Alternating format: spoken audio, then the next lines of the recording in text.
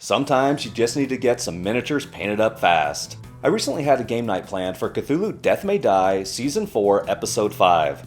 The only characters that I didn't have painted up and ready to go for this episode were the 5 Men of Leng characters. I only had a few hours between beginning this paint up and handling the miniatures on the table. I had to take into consideration the painting methods that I would employ as well as the dry times of the products I was using.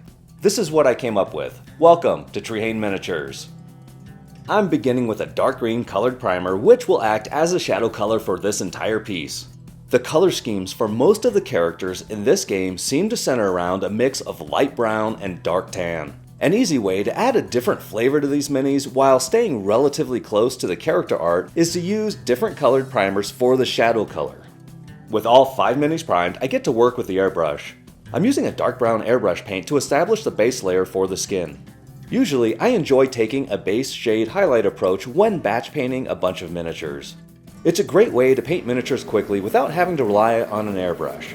By using an airbrush, however, I can completely eliminate the shading step of the process.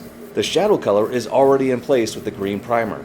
I spray the flesh tones at an angle from above the miniature. This creates a natural drop-off of color intensity as the flesh tones transition to the darker green shadow color located in the recesses of the sculpt. There is no need to follow this up with a wash. Next, I use dead flesh to lighten the skin. I spray this from an even steeper angle so it doesn't cover all of the mahogany brown below. This is a very large jump in hue between the mahogany brown and the dead flesh, but it's perfectly fine. The outer edges of this airbrush spray will fade in intensity and allow the mahogany brown to show through, resulting in a natural looking color transition. And we are all finished with the airbrush. The next step is to dot in some ultimate highlights with ice yellow. I'm focusing these highlights on the model's right side. I'm leaving the left side of the model fairly dark as if it's in shadow. This is a pretty common way that I like to paint miniatures. I feel that highlighting the right and left sides of a model asymmetrically creates a dramatic lighting effect that makes the character appear more interesting. I continue to embrace the green color motif for this character by using desaturated green paints for the Man of Leng's fur. I'm choosing black-green pro acrylic for the base layer. This is definitely a deviation from the character art in the game, but I feel it's a necessary deviation. Too many of the characters in Cthulhu Death May Die have similar color schemes. I do this to break up the monotony. Next, I dry brush dark yellow-green pro acrylic over the fur. I'm using a standard brush instead of a dry brush or makeup brush. The brush is also loaded with paint a little more than with typical dry brushing. I use the side of the brush to apply paint to the heavily textured surface of the fur. I think that some people refer to this as wet brushing, but in my mind, anytime you're using a brush to apply paint to a surface, it's wet brushing. So I don't really find that nomenclature very informative. For the final highlight on the fur, I mix ice yellow into the dark yellow-green.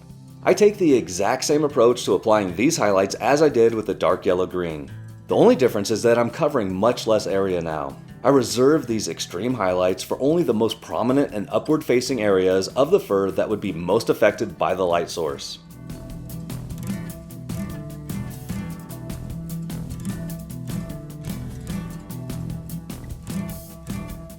These guys are already looking darn near tabletop ready. I just need to wrap up a few details. I base coat the hooves, horns, and eyes with Necromancer Cloak by the Army Painter. There may be some questions about painting over the primer so quickly instead of waiting 24 hours for it to fully cure. Going by the instructions on the can of primer, it states that additional coats should be applied after 2 minutes and within 2 hours. I know that this is specifically referring to additional coats of primer and not layers of acrylic paint. However, I am confident that the primer will continue to cure with a little extra acrylic paint on top of it. I've done it this way for years without any issues. I highlight the hooves and horns with a simple mix of Necromancer Cloak and Ice Yellow. These highlights are just simple lines that run the length of the main edge of these features. Despite my confidence that the primer is continuing to cure while I paint, I do recognize the need to handle these miniatures gently within the first 24 hours. Even with a clear coat applied and dry to the touch, I know better than to handle these miniatures recklessly in tonight's game session. The eyeballs have already been darkened with Necromancer Cloak. The next step is to create a bright spot in the eyes with titanium white ink. I find that when painting small details like this, using acrylic ink instead of paint allows the paint to flow off the brush more easily, making the task easier.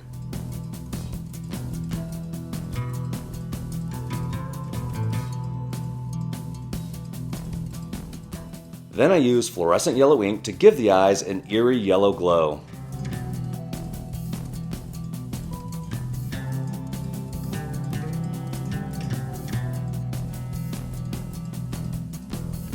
The final step in this paint up is completely unnecessary, but I like it.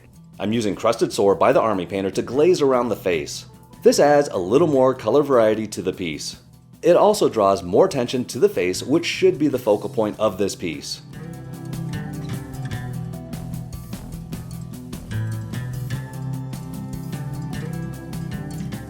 I went from completely gray miniatures to handling these miniatures on the tabletop in just a few hours.